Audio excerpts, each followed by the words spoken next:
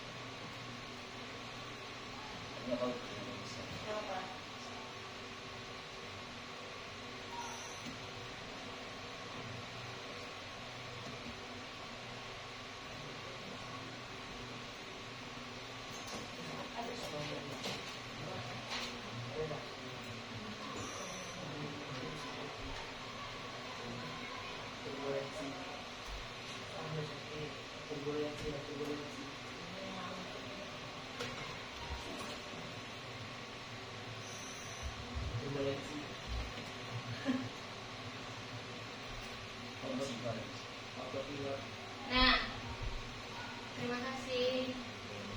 Oke, nah ini dia ada mengenai tentang di bagian penerbangan. Nah, apa aja makna kata atau istilah-istilah yang ditemukan di dalam penerbangan itu? Contohnya ada aviasi. Kalian tahu nggak apa itu aviasi? Kalian tahu? Tidak? Siapa yang tahu mengenai tentang apa itu aviasi? Apa itu aviasi? Ilmu tentang penerbangan pesawat, baik dari segi penerbangan ataupun keseimbangan pesawat tersebut dalam manuver atau terbang. Ilmu dalam Penerbangan khususnya dalam bidang pesawat. dalam bidang pesawat.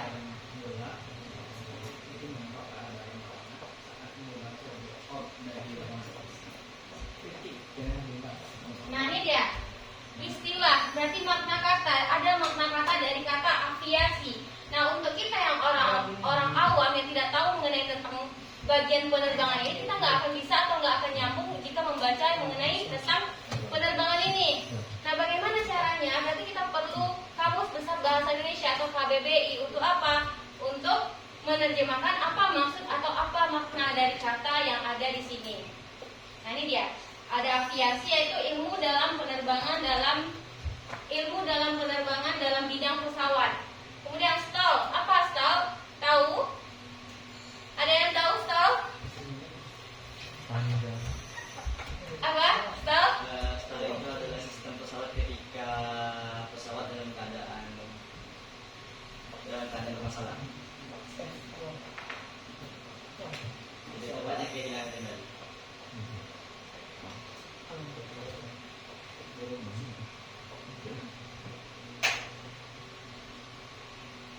Nah, ini dia stall. Kalian tahu nggak sebelumnya stall? Aku juga nggak tahu. Itu karena siapa namanya? Sunan. Nah, karena Sunan Pas di bagian penerbangan itu mau jadi pilot ya? Iya. Oke. Ada yang mau jadi pilot juga? Ada. Nah, kenapa si Sunan mempelajari di bagian ini? Karena dia berminat di bagian penerbangan, entah itu jadi pilot ataupun jadi co-pilotnya. Nah, kemudian kalau terrain, apa itu terrain? Sunan? Terrain itu adalah pesawat, itu adalah sistem pesawat yang menandakan bahwa pesawat itu sudah harus mendarat karena daya gerakan pesawat sudah tidak mencukupi penerbangan.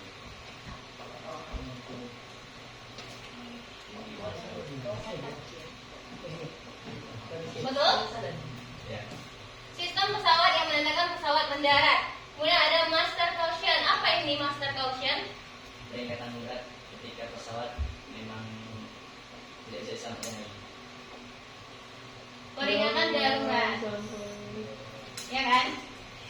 Nah, ready. Berarti siap terbang. Nah, ini dia, ini istilah-istilah di dalam penerbangan. Nah,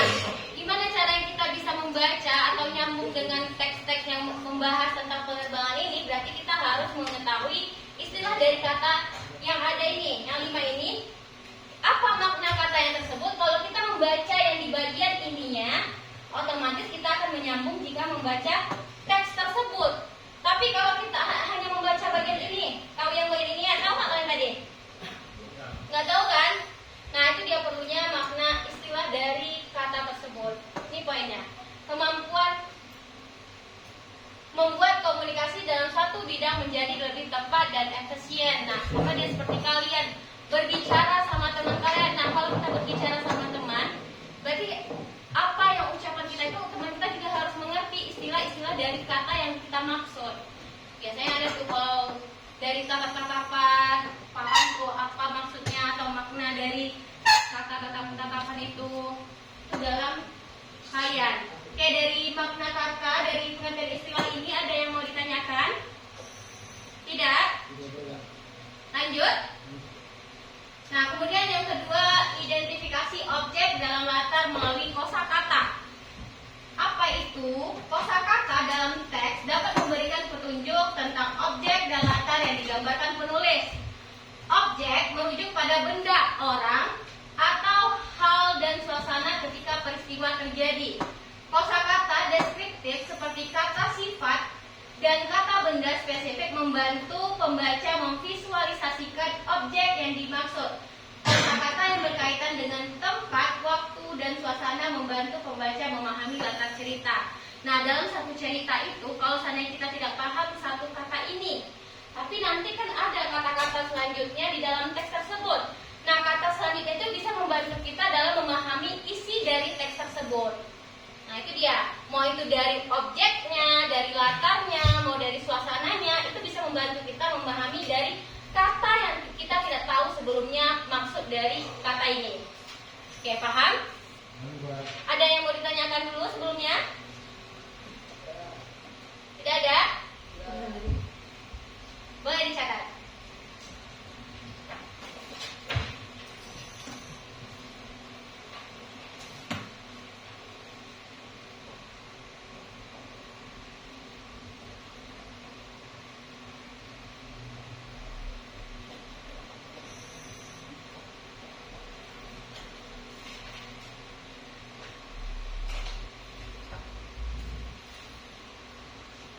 Nanti soal-soal kayak gini nih pasti muncul nanti di soal-soal TKA.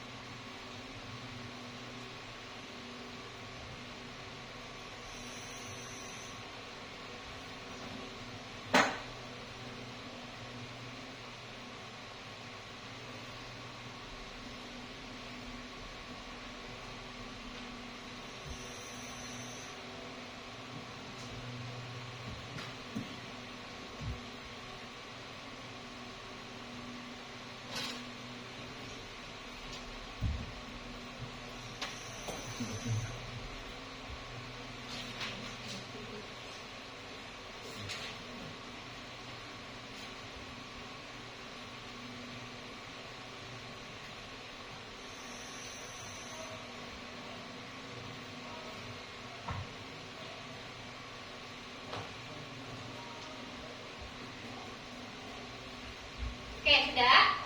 Ya. Nah, untuk adik-adik, nanti kalau seandainya pas waktu soal TKA ketemu kosakata yang kalian nggak paham artinya, kalian bisa lihat dari kata-kata sebelum menuju kata tersebut atau kata-kata sesudahnya itu. Biar apa? Biar membantu kalian dalam memahami keseluruhan dari isi teks tersebut. Jangan khawatir untuk ketemu kata-kata yang kalian tidak paham artinya itu. Oke, berarti pembelajaran kita mengenai makna kata ini sudah selesai. Kemudian objek dan latar, kita bisa mengidentifikasi suatu teks tersebut melalui objek dan latar dari teks tersebut. Yang ini. Oke, siapa yang bisa menyimpulkan dari dua pembelajaran ini? Apa itu makna kata tadi? Apa itu makna kata? Khusus dalam bidang Ayo, raise hand. Tadi. Ya, boleh, Sunan. Kata-kata yang merujuk sebuah istilah atau bisa dibilangnya memiliki suatu istilah khas yang khusus yang digunakan untuk menyebutkan konsep, objek, atau fenomena dalam bidang tertentu. Ya, itu dia. Kasih tepuk tangannya dulu untuk Sunan. Oke. Nah, objek dan latar. Apa maksudnya objek dan latar dalam pembelajaran kita di pemahaman tekstual ini? Apa? Ini dia identifikasi objek dan latar. Apa itu melalui kosakata? Apa itu? Seperti kosakata deskriptif. Apa fungsinya? Ya boleh. objek merujuk pada kata benda, sifat atau orang yang bertindak fokus dalam teks tersebut. Sedangkan latar merujuk pada tempat waktu dan kesana ketika peristiwa terjadi. Nah, itu dia. Oke, kasih tepuk tangannya dulu. Sebelumnya. Faras. Parah. Oke, kasih semangat untuk belajar. Kasih semangat. Kalau kakak tanya mana semangatmu? Semangatku. Sama suaranya kayak gitu. Mana semangatmu? Semangatku. Mana semangatmu? Semangatku. Oke, masih semangat ya? Masih. Dan kita coba lihat ke dalam contoh soalnya. Kita akan menganalisis dari soal ini. Ya, teks non-fiksi mengenai tentang makna kata dan objek dan latar ini. Oke, siapa yang mau bacainnya? Bacain teksnya dulu. Ya. Oke, boleh. Teks Teks 1. 1, non-fiksi dalam bidang teknologi. Dalam era digital saat ini, smartphone telah menjadi perangkat yang tidak terpisahkan dari kehidupan manusia. Teknologi layar touchscreen memungkinkan pengguna untuk berinteraksi langsung dengan aplikasi melalui sentuhan jari. Fitur GPS yang terintegrasi membantu navigasi dengan akurat. Kamera beresolusi tinggi dapat menghasilkan foto berkualitas profesional. Prosesor yang canggih memungkinkan multitasking tanpa mengalami lag. Konektivitas Wi-Fi dan Bluetooth memudahkan transfer data dan berbagi file. Daya tahan baterai yang optimal menjadi faktor penting dalam memilih smartphone. Perkembangan teknologi 5G semakin mempercepat akses internet mobile. Dengan berbagai inovasi tersebut, smartphone tidak hanya berfungsi sebagai alat komunikasi, tapi juga sebagai pusat hiburan dan produktivitas. Nah, ini dia contoh soal. Nanti kalau ada seperti ini, berarti ini di bidang apa dia? Teknologi. Di bidang teknologi. Apa yang dibahasnya dalam teks ini? Mengenai tentang smartphone. Nah, mana dia kata-kata yang istilahnya yang ditemukan di sini? Ada yang pertama itu kata smartphone. Apa itu smartphone? Handphone. Telepon genggam, telepon pintar dengan berbagai fitur canggih. Nah, tahu smartphone? Tahu. Tahu. Kemudian yang mana lagi istilahnya? Touchscreen. Nah, tahu apa itu touchscreen? Layar sentuh. Di mana dapatnya touchscreen ini? HP, laptop, berbagai benda teknologi lainnya. Ada di HP, tab. Tahu nggak touchscreen itu layar yang kita sentuh itu? Tahu. Nah, itu Tahu. dia. Oke, GPS. Apa itu GPS?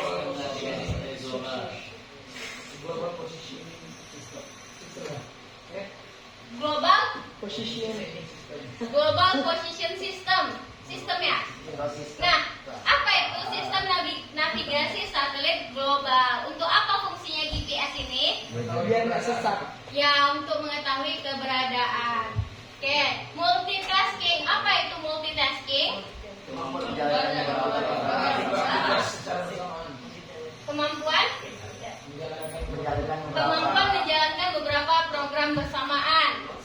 Nah, kalian tahu nggak sebelumnya multitasking ini apa? Tahu nggak? Tahu? Sebagian tahu, sebagian enggak ya. Nah, ini dia. Kemudian 5G, apa itu 5G? Teknologi jaringan seluler generasi kelima. Nah, sebelum dari 5G ini apa dia? Ada 4G, kemudian 3G, apa lagi? 2G. Ya, ya, ini dia. Oke, nah ini adalah istilah-istilah teknis yang ditemukan di dalam soal ini.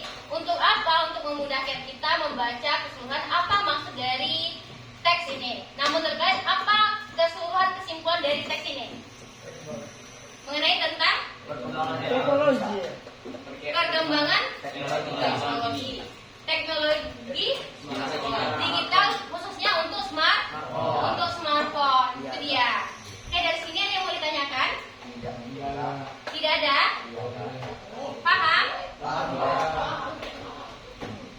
Nah, ini kita lihat ya. Tadi teks non fiksi. Nah, sebelumnya kalau kalian dulu, bisa nggak kalian membedakan antara teks fiksi dan teks non fiksi? Bisa.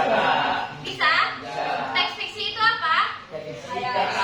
Karangan yang tidak berdasarkan fakta. Ya, Atau data. karangan, imajinasi dia atau khayalan. Itu dia teks fiksi. Apa? Apa nih? Hoax. Nggak semua ya teks non fiksi. Teks fiksi itu hoax. Nah, khayalan itu dia teks fiksi. Contohnya apa aja teks fiksi? Ada dongeng. Ya, Maling Kundang itu termasuk cerita apa? Cerita fiksi. Cerita fiksi atau cerita rakyat maksud dia. Kemudian apa lagi yang ada di cerita fiksi? Itu contoh ceritanya. Cerita fiksi apa aja contohnya? Teori konspirasi ada yang cerita itu. Mungkin itu buku yang kalian baca ya. Nah, berarti teks fiksi itu dia ada berupa cerpen, novel, kemudian dongeng, apa lagi? Apa lagi? Komik, cerita rakyat, apa lagi? Novel udah, apa lagi? Fabel itu termasuk ke cerita apa dia? Cerpen. Ya, cerpen. Apa lagi? Ada lagi? Ada lagi? Tidak. Nah, kalau teks non fiksi apa itu teks non fiksi?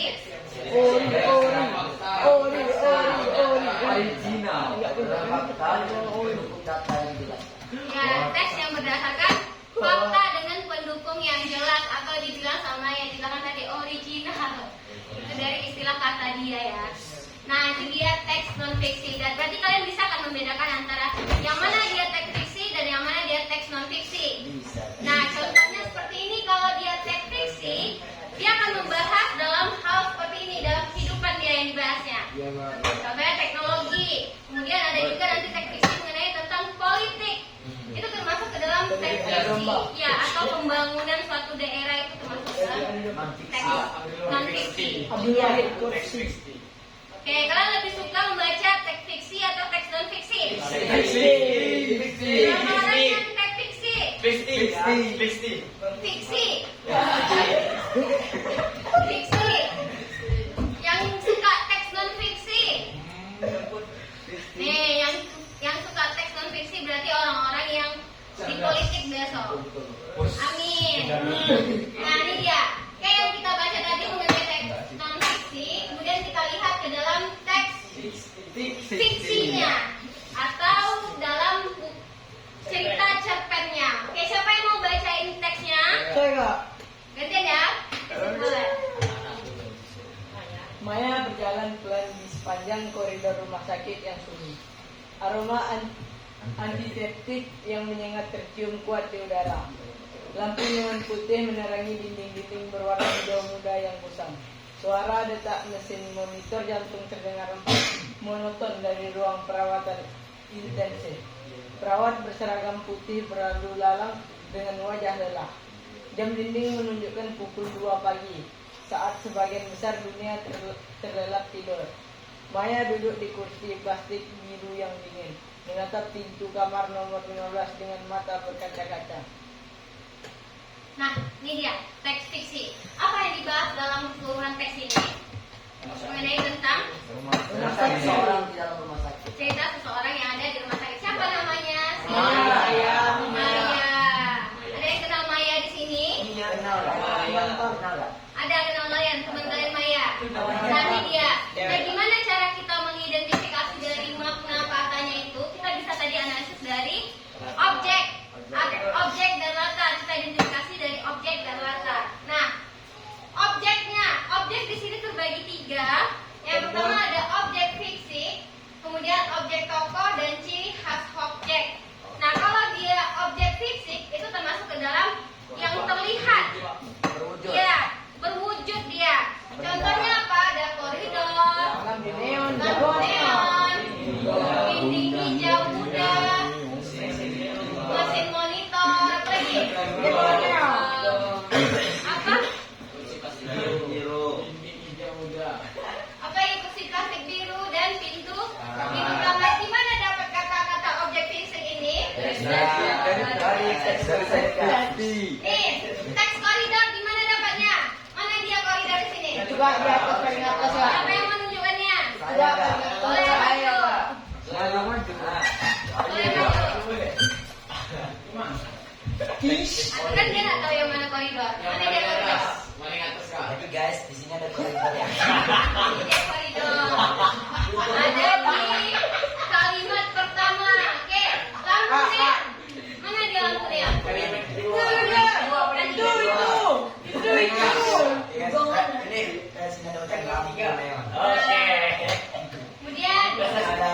dinding hijau muda. Hijau muda nih, cari nih ya. Bandung. Ini guys, ini ada dinding berwarna hijau muda. Lanjut, mesin monitor. Mesin monitor. Ternyata tua. Itu guys. Suara detak mesin. Detak mesin. Suara detak mesin. Suara detak mesin. 555. Kalau kita lihat sini ada bacaan suara detak mesin monitor. Oke, Lalu lanjut. lanjut kursi plastik biru. Ini di kursi plastik biru yang dingin. Pintu kamar. Pintu kamar. Menatap pintu kamar nomor 15. Oke, kasih tepuk tangannya dulu. Nah, itu tadi kan menganalisis dari objek fisiknya. Kemudian objek tokohnya, siapa tokohnya? Maya dan Perawat. Siapa tokoh utamanya? Kenapa Maya tokoh utamanya? Apa Sunan? Karena dia adalah tokoh yang pertama kali muncul dalam teks. Apa lagi ya? Siapa yang bisa? Dari muncul. Ya, karena dia tokoh yang selalu dibahas di dalam teks ini. Iya. Lanjut, ciri khas objek. Ciri khas objek. Nah, apa aja ciri khas objeknya ini? Ada antiseptik, kemudian seragam putih, kondisi dinding yang kusam, kemudian tekstur kursi yang dinding. Ini menggambarkan dari ciri khas objek yang mana dia? Rumah Objek kan objeknya rumah sakit. Nah, oke. Paham mengenai bagaimana cara menganalisis objek ini? Paham. Lanjut kita menganalisis latar. Nah, latar tahu? Apa itu latar? latar tempat atau Ya, ada latar tempat, waktu, kemudian suasana. Nah, ini dia. Kalau latar tempatnya di mana tadi? rumah Di sakit. rumah sakit. Kemudian di mana lagi latarnya? Koridor. Koridor. Apa lagi?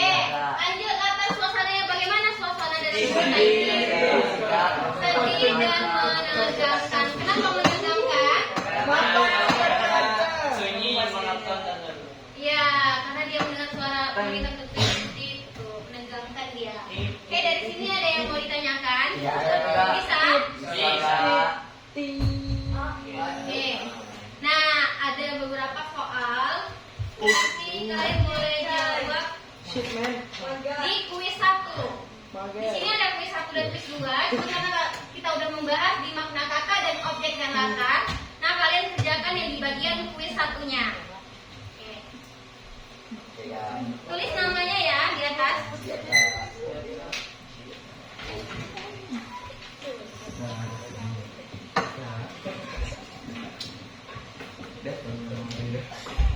panjang biasanya.